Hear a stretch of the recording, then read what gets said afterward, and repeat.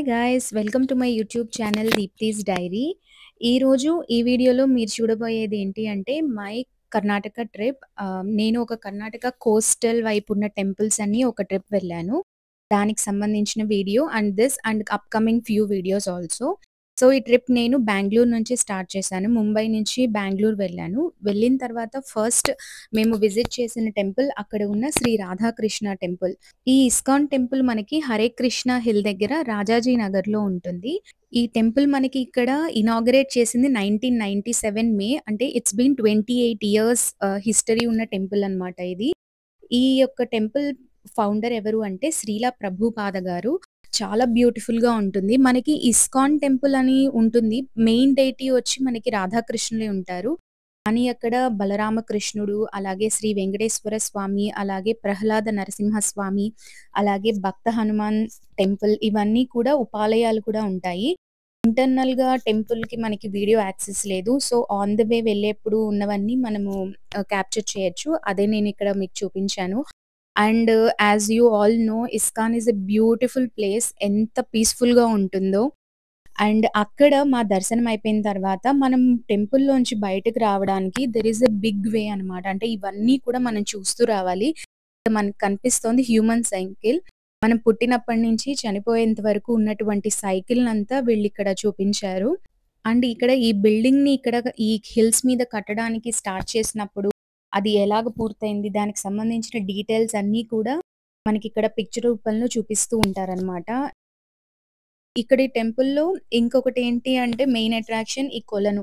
Very beautiful place అన్నమాట. ఇక్కడ చాలా పీస్‌ఫుల్‌గా ఉంటుంది. అండ్ మేము ఫస్ట్ ఈ కర్ణాటక ట్రిప్‌లో స్టార్ట్ చేసింది ఇస్కాన్ నుంచి. అండ్ మాకు ఇస్కాన్‌లో దర్శనమైన తర్వాత మేము ఈ కర్ణాటక ట్రిప్‌లో నెక్స్ట్ చూసిన టెంపుల్ హలేబీడు. హలేబీడు గురించి మీలో చాలా మందికి తెలిసే ఉంటుంది. It is a very very beautiful temple.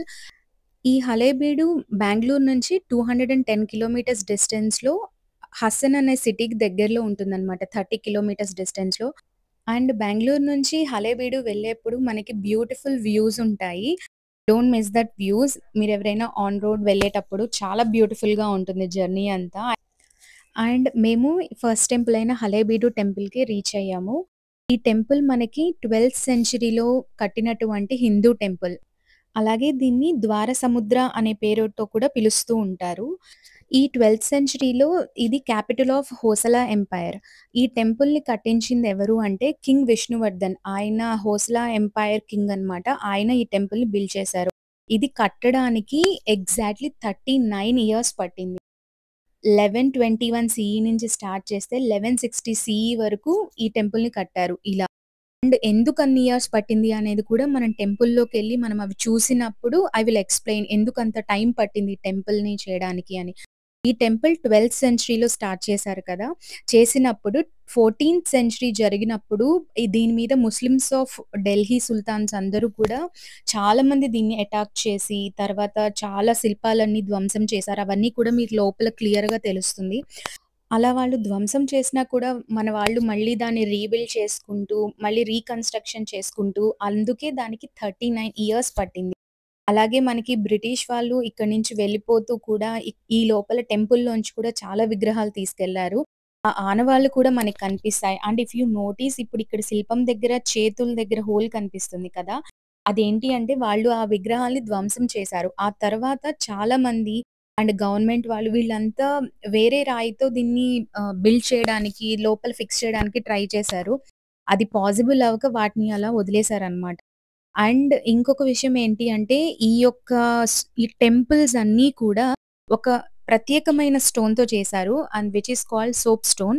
ఆ స్టోన్ యొక్క స్పెషాలిటీ ఏంటి అంటే ఆ స్టోన్ మనకి భూమి లోపల దొరుకుతుంది. ఆ స్టోన్ బయటకు తీసి దాని మీద కార్వింగ్ చేసినప్పుడు ఎంత డీటెయిల్‌గా అయినా కార్వింగ్ చేయొచ్చు. అంటే చాలా మెత్తగా ఉంటుంది స్టోన్. యూ నోటీస్ ఈ శిల్పం మీద ఉన్నటువంటి ఈ డ్రెస్ కానీ, కింద యాంకిల్స్‌కి పట్టీలంటాం కదా! అక్కడ చిన్న డీటెయిలింగ్ కూడా చాలా ఈజీగా చేయొచ్చు. ఇక్కడ ప్రాబ్లమ్ ఏమవుతుందంటే, ఆ స్టోన్‌ని బయటకు తీసుకొచ్చి కార్వింగ్ చేస్తున్నప్పుడు మనం మధ్యలో కానీ ఆపామనుకోండి, ఒక నేచర్‌కి అది రియాక్షన్ అయ్యి అది చాలా గట్టిగా అయిపోతుంది. And they can't do carving anymore. ఆ స్టోన్ చాలా గట్టిగా అందువల్లే ఇక్కడ మీరు చూస్తే కొన్ని ఇన్‌కంప్లీట్స్ ఉంటాయి. అవేంటి అంటే నేను చెప్పాను కదా! 14థ్ సెంచరీ వాళ్ళొచ్చి దీన్ని ధ్వంసం చేయాలనుకున్నప్పుడు అప్పటికి ఇది ఇంకా జరుగుతూనే ఉంది టెంపుల్. వాళ్ళు లోపల చేస్తూనే ఉన్నారు కార్వింగ్స్. ఆ చేస్తున్నప్పుడు వాళ్ళు రావడం వల్ల వీళ్ళు పారిపోతారు. పారిపోయినప్పుడు ఏదైతే వాళ్ళు కార్వింగ్ చేస్తూ పారిపోయి మళ్ళీ ఆ సిట్యుయేషన్ అంతా సెట్ అయిన తర్వాత మళ్ళీ వచ్చి స్టార్ట్ చేయాలనుకుంటారో, they can't able to do అనమాట. అంటే రాయి గట్టిగా అయిపోతుంది. సో, దానివల్ల కార్వింగ్స్ అన్నీ కొన్ని ఇన్‌కంప్లీట్‌గా ఉంటాయి. ఇక్కడ మీకు కనిపిస్తున్నది కోయలేశ్వర స్వామివారు. స్వామివారివి టెంపుల్స్ ఇక్కడ 2 ఉంటాయి. ఒకటేమో హోయలేశ్వర స్వామిగా, ఒకటి సంతలేశ్వర స్వామిగా ఇక్కడ శివుడు ఉంటారనమాట. 2 టెంపుల్స్ ఉంటాయి. అండ్ ఈ టెంపుల్స్‌లో నాకు ప్రత్యేకంగా అనిపించింది కర్ణాటక వైపు ప్రతి టెంపుల్‌కి గర్భగుడికి ముందు వైపు నాట్య మండపం. అప్పట్లో స్వామివారి పూజ అయిన తర్వాత నాట్యం చేసేవాళ్ళు ఆ నాట్య మండపంలో నాట్య ప్రదర్శన చేసేవారట. అందువల్ల ఇక్కడున్న చాలా టెంపుల్స్‌లో మనకి నాట్య మండపం కనిపిస్తుంది. ఇక్కడ మీరు నోటీస్ చేస్తే నేను అన్‌ఫినిష్డ్ కార్వింగ్స్ అని చెప్పాను కదా! This is the one of the example. చూడండి ఇక్కడ ఫ్లాట్‌గా ఉంటుంది. అండ్ ఇఫ్ యూ నోటీస్ పక్కవన్నీ కార్వింగ్ చేసుంటాయి.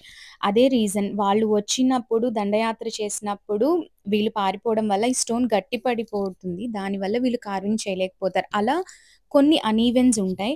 అలాగే కొన్ని చోట్ల మనకి బ్రిటిష్ వాళ్ళు ఇక్కడి నుంచి తీసుకెళ్ళిపోయినప్పుడు ఈ విగ్రహాల్లో ఏదో ఉంది అని చెప్పి ఆ పైన వాళ్ళు నిధులున్నాయేమో అని విగ్రహాలను తీసుకెళ్ళిపోతారు. ఆ యొక్క కొన్ని ఇన్‌కంప్లీట్స్ కూడా మనకు కనిపిస్తూ ఉంటాయి. ఇప్పుడు మనం హోయలేశ్వర స్వామివారి టెంపుల్ నుంచి టువర్డ్స్ సంతలేశ్వర స్వామివారి టెంపుల్ వైపు ఎళ్తున్నాము. ఇక్కడ టెంపుల్ చాలా బ్యూటిఫుల్‌గా ఉంటుంది. జనరల్‌గా ఏం చెప్తారంటే హలేబీడుకి దగ్గరలోనే బేలూరు ఉంటుంది. బేలూరు టెంపుల్‌ని లోపల కార్వింగ్స్ చూడాలి. హలేబీడు టెంపుల్‌ని బయట కార్వింగ్స్ చూడాలి. అంత బ్యూటిఫుల్‌గా ఉంటుంది. ఎందుకంటే హలేబీడు లోపల కొన్ని ఇన్‌కంప్లీట్స్ ఉంటాయి.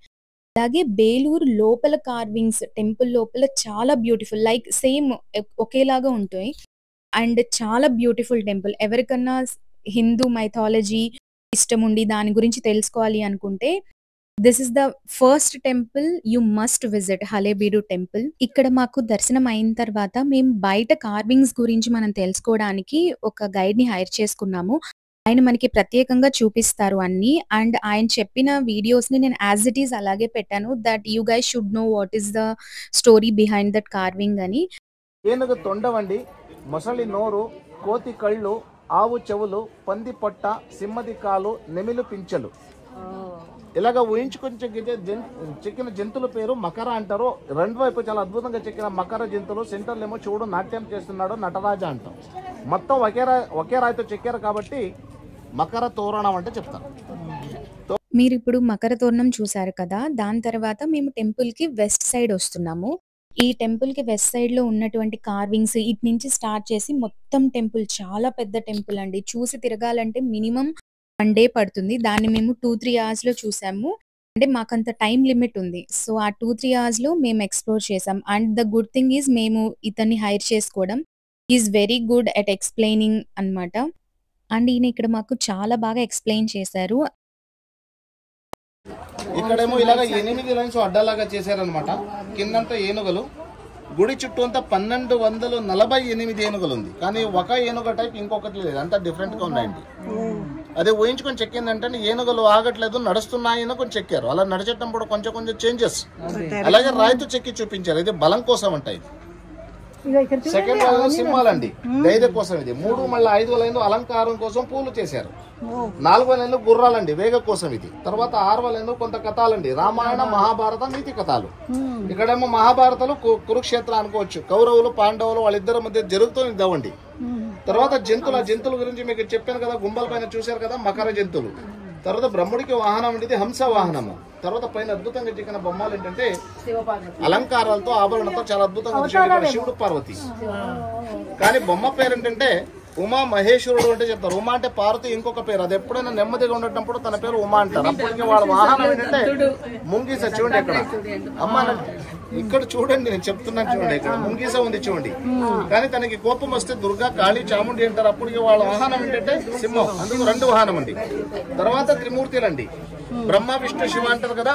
ఎప్పుడైనా సెంటర్ లో ఎవరు ఉంటారంటే విష్ణు ఉంటారు. కానీ ఇక్కడ సెంటర్ శివుడు ఉన్నాడు చూడండి, బ్రహ్మ శివ విష్ణు. ఎందుకంటే ఇది శివాలయం కాబట్టి శివుడికి ఎక్కువ ప్రాముఖ్యత ఇచ్చి సెంటర్ శివుడిని చేశారనమాట.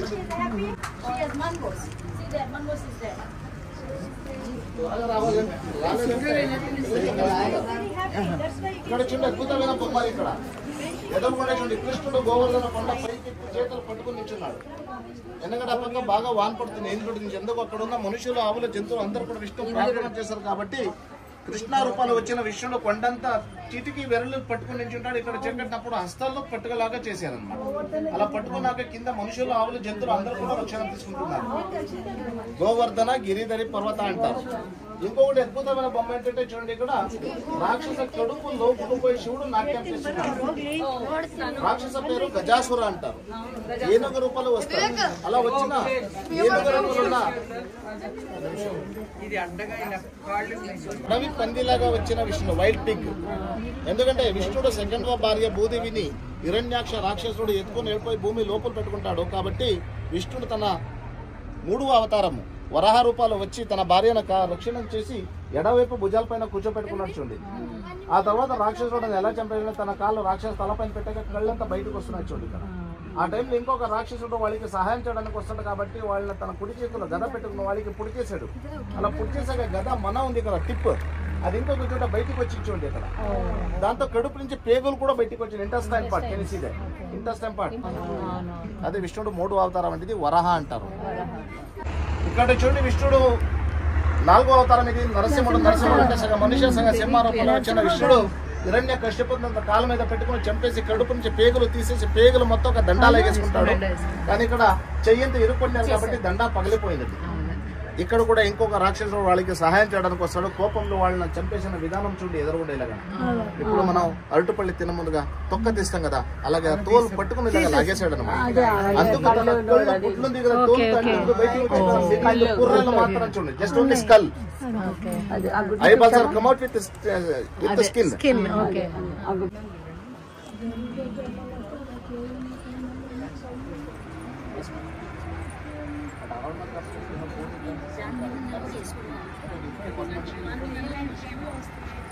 Different sculptures. You can tell in English also. Okay, I can understand అవునండి, మళ్ళా నరసింహస్వామి ఇక్కడ ఉన్నాడు. ఎందుకంటే గుడి చుట్టూ 14 సారి ఉంది సేమ్ స్టాచ్యూ. ఎందుకంటే వైసల రాజునికి ఇంటి దేవుడు కాబట్టి ఎక్కువసారి చెక్కేశారనమాట. కొంచెం ముందుకు రండి. ఇక్కడ మన కల్చర్లో మన ఇంట్లో నాట్యలక్ష్మి పెట్టుకుని పూజం చేయమండి. డాన్సింగ్ లక్ష్మికి పూజం చేయాలి. ఎందుకంటే దాని చూడండి ఇక్కడ కమల పూలు పైన నుంచి నాట్యం చేస్తున్న లక్ష్మి. కానీ తనకి 8 చెయ్యింది కాబట్టి వాళ్ళకి అష్టభుజ నాట్య లక్ష్మి అంటే చెప్తారు. దాన్ని ఎక్కడ చూడడానికి కుదరదు, అలాగే పూజ కూడా చేయము. ఇది ఒకటి విశేషాలు ఈ గుడి కాబట్టి ఇక్కడ నాట్య లక్ష్మి చేశారనమాట. ముందుకు రండి. ఇక్కడ చూసుకుంటే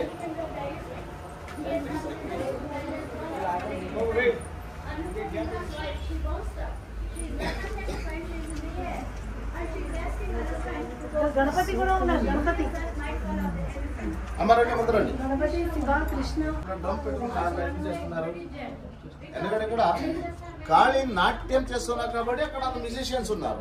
ఇక్కడ కాళీ బొమ్మ చూడండి, శ్మశానం ఉంటుంది. వాళ్ళ కళ్ళు చూడండి ఏమో మంటలా మండుతున్నది. అవునమ్మా, అవునమ్మా ఇక్కడ ఉంది.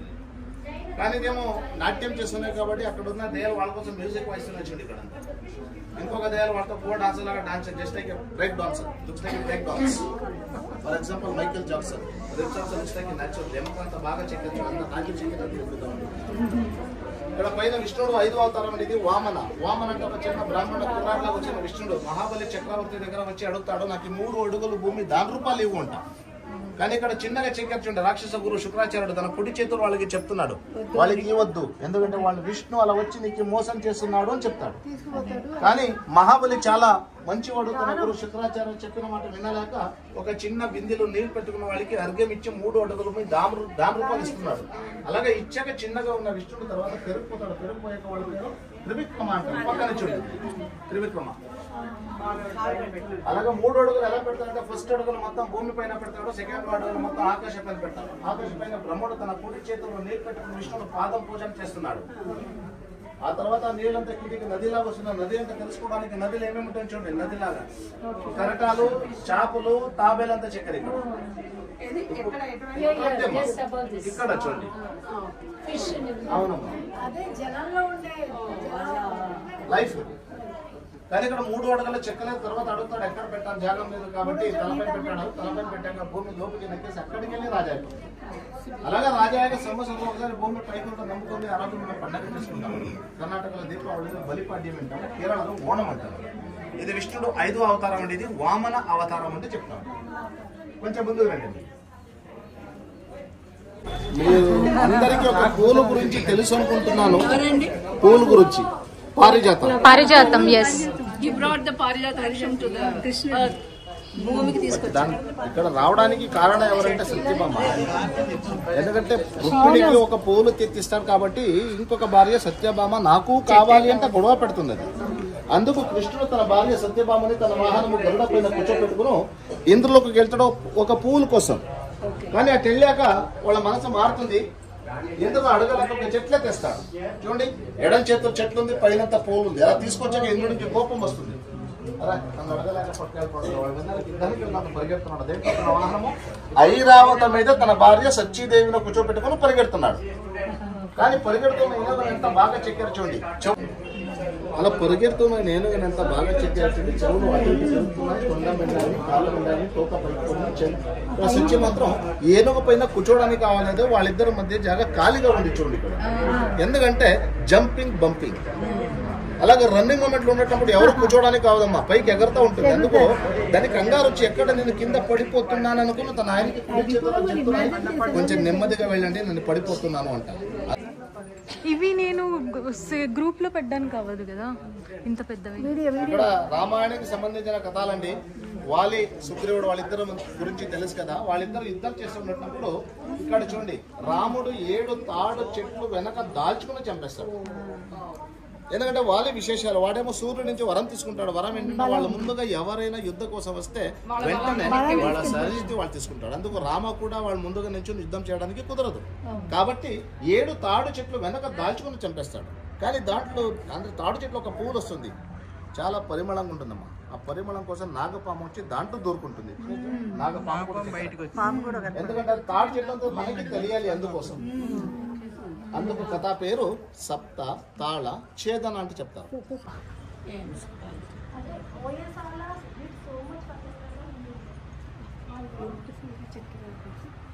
రాక్షసు తల పట్టుకుంది.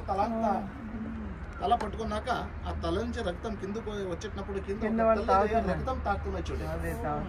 ఆ టైంలో ఇంకొక పిల్లదయ్య తన తల్లితో పాలు తాకుతున్నాయి చూడండి. ఇక్కడ పిల్లదయ్య తల్లిదయ్య 2 ఉంది. ఎందుకంటే ముందుగా మన కల్చర్లో నమ్ముతున్నారంటే ఇప్పుడు మనకి పునర్జన్మం అంటే చెప్తున్నారు. పునర్జన్మం అనేది మనుషులకి కాదు, దయ్యలకు ఉంటుందంట. అది చూపించడానికి కోసం ఇక్కడ పిల్ల దయ్య తల్లి దయ్య అని చెప్పి దయ్యలు కుటుంబం చూపించారు.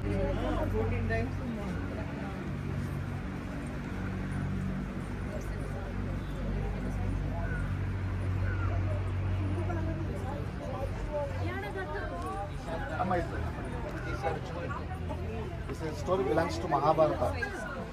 మేజ్, పద్మ వ్యూహ, చక్ర వ్యూహ. అమ్మ రండి, ముందుకు రండి. చిన్న చిన్న గర్భగృహాలు మనకి 3 దేవతలు అంటే చెప్తారు. వేరే వేరే దేవతల బొమ్మలు లోపల పెట్టేశారు కాబట్టి దాడి చేశాక అక్కడున్న బొమ్మలంతా పగలు కొట్టారు. ఎందుకంటే ప్రతిష్టాపన అంటే ఊరికే చేయరు, దాని కింద నవరత్నాలు వేస్తారు.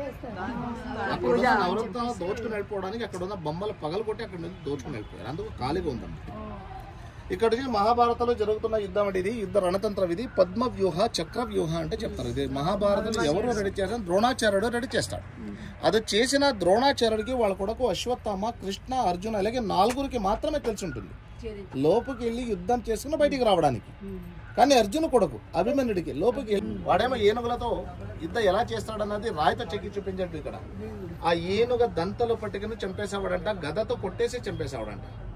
అలాగే చంపేసిన ఏనుగులంతా చిన్న బ్యాగ్ అలాగా ఇసిరేసి ఎంత వరకు పెట్టాడంట, ఆకాశం వరకు పెట్టాడంట. ఆకాశం అంటే తెలుసుకోవడానికి ఇక్కడ అంతా మేఘాలు, దాని కిందంతా చచ్చిపోయిన ఏనుగులు. ఆ ఏనుగులతో మావుటి కూడా చచ్చిపోయినట్టు, ఎందుకంటే వాళ్ళని కలిసి ఇసిరేసేవాడంట. అందుకు వాళ్ళకి హీమెన్ అంటే చెప్తారు చూడండి. అదంతా ఇమాజినేషన్ అది. ఏనుగలు అంతవరకు ఉంది, ఎంత ఆకాశం వరకు చూసుకోండి.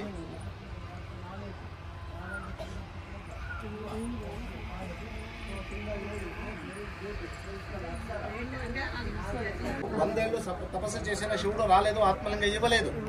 అందుకు కోపంలో వాడు వాసించిన కొండంత పైకెత్తి తన తల మీద పెట్టుకుంటాడు. ఆ టైంలో రావణాసురుడు కొన్ని అహంకారం చేయడానికి పైన శివుడు తన కుడి చేతులని కుడి గాలించగా బరువదుతాడు. అందుకు కొండ బలవైపుకి కొంచెం ఇలా వాలించాడు. అలాగే బరువు పెరిగిపోతుంది, తట్టుకోవడానికి కావట్లేక తన కళ్ళంతా బయటకు వస్తున్నాయి. నిల్చోడానికి కుదరరాక తన కాలు అటు ఇటు పెట్టి మొలకలు తీసుకున్నాక వాపసు లంక వచ్చే దారిలో ఒక స్టోరీ జరిగిన స్థలం కర్ణాటకలో పుణ్యస్థలం అయిపోయింది. గోకర్ణ అంటే ఎందుకు పిలుస్తారండి? గోకర్ణ అంటే ఎందుకు పిలుస్తారు?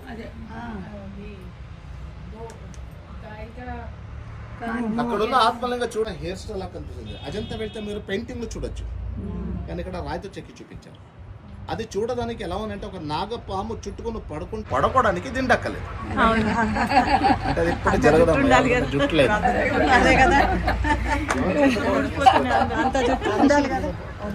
ఇప్పుడు మనం బైక్ నడవడానికి హెల్మెట్ వేసుకుంటాం, అది కూడా కొత్తది కాదు. ముందుగా మన సైనికులు యుద్ధానికి వెళ్లే ముందుగా శిరస్నానం ధరించుకున్న దేవతలకి దండం పెట్టి iron chains will be hanging. Chain ఎందుకంటే కట్ అవ్వదు, లైఫ్ బరువు కొంచెం తక్కువ. మొత్తం ఐరన్ కాకుండా చైన్స్, ఐరన్ చైన్స్ సైడ్ లో వచ్చేవి చైన్స్.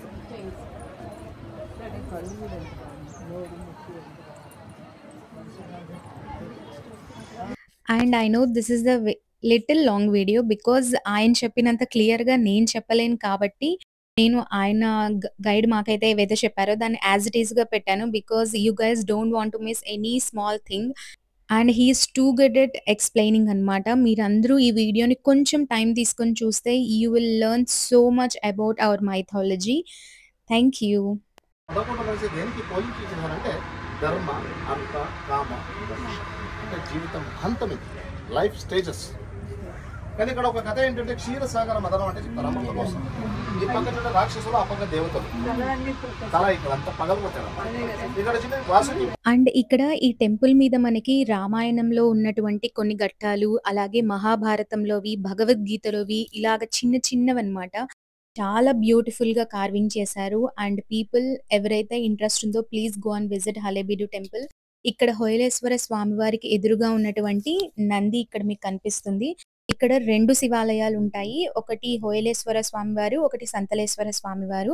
అలాగే ఇక్కడ 2 టెంపుల్స్ కి ఎదురుగా 2 నందులు కూడా కనిపిస్తాయి. అండ్ ఈ టెంపుల్ నాకు చాలా బాగా నచ్చింది. And if I get time 1 full day ఈ టెంపుల్లో స్పెండ్ చేయడానికి I will go again if I get chance. And ఈ టెంపుల్ తర్వాత మేము బేలూర్ టెంపుల్కి వెళ్ళాము. అది we will see in the next video because ఇది చాలా పెద్ద టెంపుల్స్ అండి. And there is so much to see. And I will see you soon all guys in the next vlog. Thank you so much for watching till this point. Be happy guys.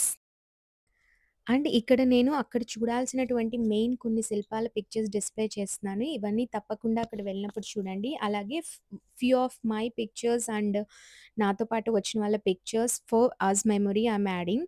Thank you so much guys. See you soon.